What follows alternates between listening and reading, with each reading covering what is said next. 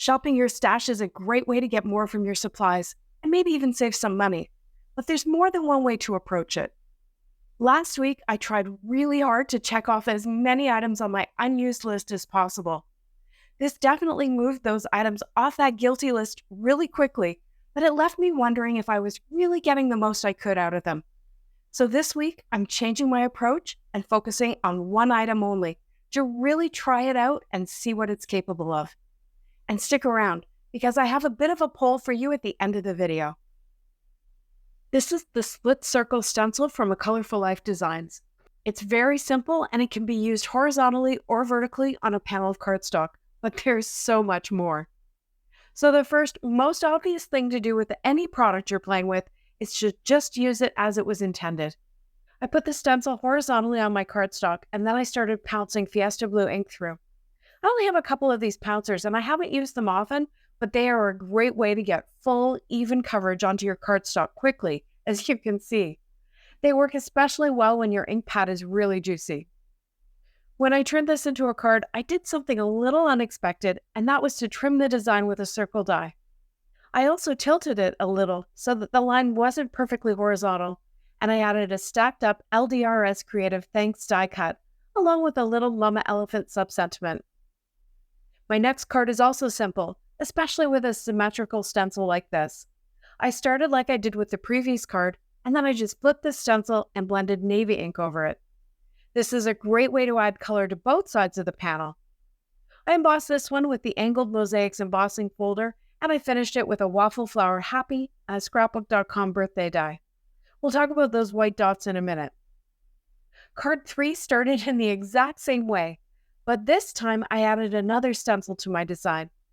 This is the curved sweep stencil, and to make sure I would have symmetry in my design, I used the circle already on my card front to help me line up the sweeps of dots. I used a micro blending brush and some juniper mist ink on the blue side of the card panel, and then I lined up the small stencil again and I used Fiesta Blue ink through the other side. These dots add so much energy to this simple circular design. I finished this one with a big bold Avery Elle birthday sentiment and then 2 dewdrops. I know we like to use the rule of 3 for embellishments, but there's one time that you can break that rule, and that's when you're going for symmetry, and then 2 can be the perfect number. For the next card, I placed the stencil vertically, but even then, you can shift where that vertical line goes. It can be centered as I did here, or you could move it to one side or the other. This time I'm using some acetate as a mask, and I'm going to blend each color of ink onto only half of the area exposed by the split circle stencil. So I've got Fiesta Blue on half of the large area and half of the half circle area, so I guess it's a quarter circle. And then I moved on to my juniper mist. I'm using a much lighter hand here than I did in the first couple of cards, and this gives kind of a dreamy look. Then I cleaned the stencil and I flipped it so that the inked portions were covered.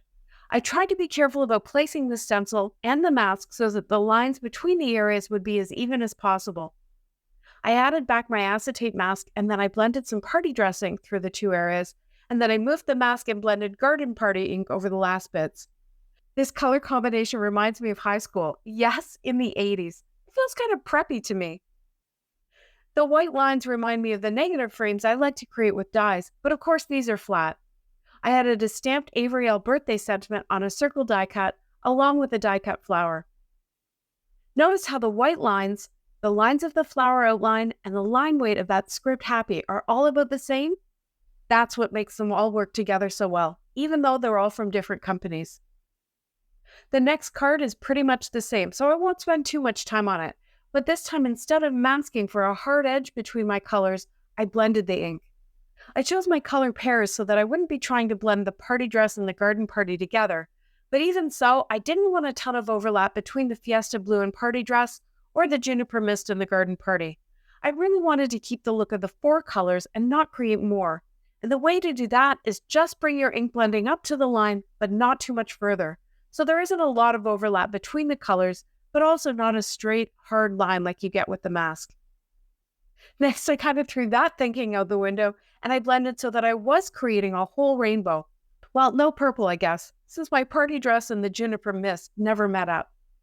I grabbed the changing circles stencil, and this time, instead of going for full contrast like I did earlier, I created a more tone-on-tone look by blending the same colors through the stencil as were underneath.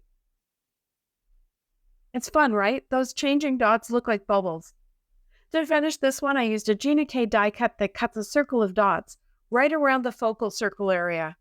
I popped up the panel on my card base so that the holes are quite visible, even though the card base is white. And I used some of the little dots to create my own embellishments in white and pink, and I stacked up one of my favorite penny black birthday die cuts. I like the blended rainbow look, but I had less definition than what I had envisioned, so I went back in. I guess that's one of the main messages of this video, to just keep playing. And I can't begin to count how many times I cleaned the stencil for these cards, and you know how I feel about that. This time, I put the changing dot stencil so that the dots are running horizontally. I taped it down on the left side where it wasn't able to grab any of the sticky mat because of the split circle stencil underneath. Again, I used my acetate as a mask. You'll notice that I have yellow tape on the edges. That's a great tip from Erica, so you can actually find the acetate on your desk. And because I was masking the bottom of each row and using these tiny micro blending brushes, I didn't have to mask the top part. If I did, I probably would have used some Post-it tape, because I find it pretty hard to hold two pieces of acetate in place with one hand while I'm blending with the other. Hey, this is definitely a preppy summer color combination, but is it looking a little Christmassy? I've got cummerbund in there too this time. Adding these dots probably won't give me the effect of the split circle, so I removed the changing dot stencil and I started using my mask and a lighter hand to blend ink over top of the dots to create some stripes. And hey, look at that! Turns out it's not impossible to use two pieces of acetate as a mask. I did have them slipping around a little bit, but I managed to get it all done in the end. I did have the thought that it might have been fun to leave one of the rows of dots without its background color, just leave it white, for an unexpected little twist, but I ended up filling them all in this time. My blending wasn't super smooth, and there was one little piece of overhang into the white half of the focal circle area. So I put the stencil back onto the panel, covering those white areas, and I added some shimmer spray to the panel. This always softens the blend and the colors a little bit. And then I splattered some gold watercolor paint over it too. Because the splatters are so random, it distracts from any areas that might be less than perfect. To finish this one, I added another LDRS creative die cut word, along with some portions of a mama elephant stamp.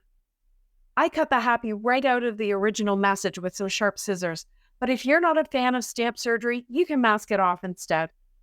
I added some more of those leftover white dots from previous cards for a fun look. Now looking at these two cards together, I got quite different looks, even though I used the same basic tools and colors and different techniques and finishing touches. I kept the colored side on the left both times, but you could put it on the right or the top or the bottom as we talked about earlier. So there's lots of possible looks. Now here's where I started to wonder if I'd gone too far. I decided to just blend ink over the edge of the half circle mask. I used the top and bottom of my panel as a marker so that I could be sure that as I moved the stencil up or across it, it would stay straight. I eyeballed how far along I moved it each time, and I moved on to the next color. Again, I tried to keep the pink and green apart by putting the two blues in between them. I kept moving the stencil up and blending the ink over, letting it fade out. And you can see that even though I was wiping off the stencil each time, there's a lot of cross-contamination happening, creating some colors that maybe have more of a spa feel rather than a party feel. Well, maybe that's a bit harsh. Let's call it blending. And that reminded me that one of the things I love best about Catherine's inks is how well they blend. I even did a whole video about all the colors you can create by blending a small number of inks, so you don't need to be a victim of full set syndrome. I'll link that in the description below. Now, the other thing I'm noticing as I'm working my way up this design is the three-dimensional illusion that bump is creating. Isn't that cool? Now, you may not like this card, and I'm not sure how much I love it. I'm certainly not sure how I'm going to use it, but playing like this is all about exploring different ways of using a product and learning what you like and don't like. In the end, I turned it sideways and I stamped an ink blot shop sentiment right across it. I love that almost 3D effect that it has, and I kind of let the card tell me what to do for the embellishments, and I think that's really unusual and fun. So here's a question I want to ask you. Do you prefer seeing lots of products used or these deep dives with one item?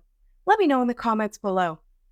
Even better, tell me what items you're struggling with, and I'll put them on my list for a future video. Here are some links to previous videos where I've used other simple stencils with various techniques to get multiple looks. Join me over there so you can see how to get more value from some of your basic crafty tools. Thanks so much for watching. See you next time.